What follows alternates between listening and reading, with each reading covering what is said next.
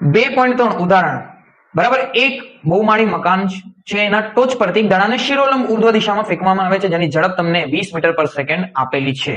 તો અહીંયા કોઈ મકાન પર ઉભો હશે બરાબર, એ ઉપરની તરફ દડાને ફેંકે છે બરાબર. તો એની સ્પીડ કેટલી છે, એનો પ્રારંભિક વેગ કેટલું છે ફેંકવામાં આવે તો એ 20 મીટર પર સેકન્ડની સ્પીડે ફેંકવામાં આવે છે બરાબર. હવે જ્યાં વ્યક્તિ ઉભો છે, હવે ટેરેસ પર જ ઉભો હશે, તો ટેરેસ થી મતલબ અહીંયા સુધી બરાબર છે, તો એ જમીન સુધીનું અંતર આપેલું છે કે દડાને જે બિંદુએથી ફેંકવામાં આવ્યો ત્યાંથી જમીનની ઊંચાઈ તમારી કેટલી છે, 25 મીટર આપેલું છે બરાબર છે. હવે તમને પૂછ્યું શું છે, દડા કેટલી ઊંચાઈ સુધી પહોંચ્યું હશે જ્યારે ફેંકવામાં આવ્યું ત્યારે, અને દડા જમીનને અથડાતા પહેલાનો સમય કેટલો હશે બરાબર. પહેલા અમુક વસ્તુઓ સમજવી પડશે આપણે દોસ્તો.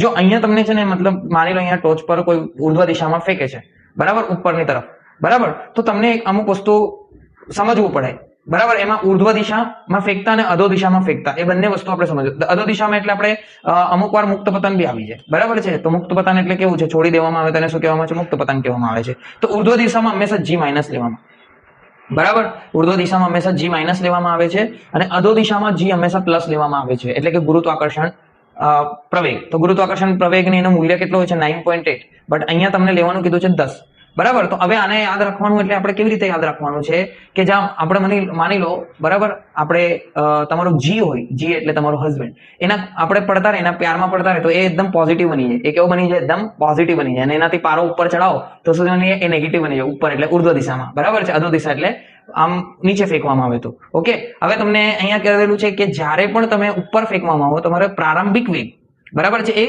કુછ કુછ હોતા હૈ બરાબર છે. જ્યારે તમારો પ્રારંભિક વેગ કેવું છે, કુછ કુછ મતલબ પોઝિટિવ કઈ ના કઈ હશે, પણ અંતિમ વેગ તમારો કેવો હશે, 0.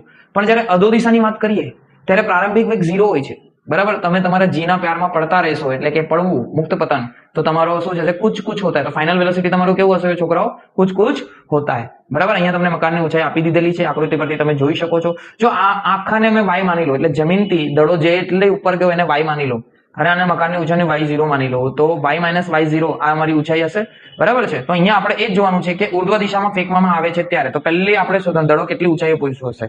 હવે અમે આપણી પાસે 3 ફોર્મ્યુલા છે અચળ પ્રવેગી ગતિના સમીકરણના. હવે 3 ફોર્મ્યુલામાંથી કયો ફોર્મ્યુલા લો, માની લો આપણી પાસે 3 ફોર્મ્યુલા છે. પહેલો ફોર્મ્યુલા શું છે, v is equal to u plus બરાબર at બરાબર. હવે એની જગ્યાએ આપણે શું લેશું બેટા, g લઈ લેશું બરાબર. એની જગ્યાએ આપણે શું લઈ લેશું, g લઈ લેશું બરાબર છે. ચાલો હવે બીજો સેકન્ડ આપણી પાસે છે s. s ની જગ્યાએ મેં ઊંચાઈ લઈ લો, કારણ કે ઉપરની તરફ અને નીચેની તરફ આવે છે. s ની જગ્યાએ ઊંચાઈ લઈ લઈશું. h ઇઝ ઇક્વલ ટુ શું આવશે, ut પ્લસ બરાબર 1/2 બરાબર. 80 ની જગ્યાએ મેં gt લખી દઈશ, એટલે ગુરુત્વ પ્રવેગ ચાલે છે, કારણ કે મુક્ત પતન ઉર્ધ્વ દિશામાં ફેંકવામાં આવે કે અધો દિશામાં, તો g જ આવશે. પ્રવેગ બરાબર g લઈ લેશું 80 સ્ક્વેર. પછી ત્રીજો આપણે જોઈએ તો 2 a ની જગ્યાએ g h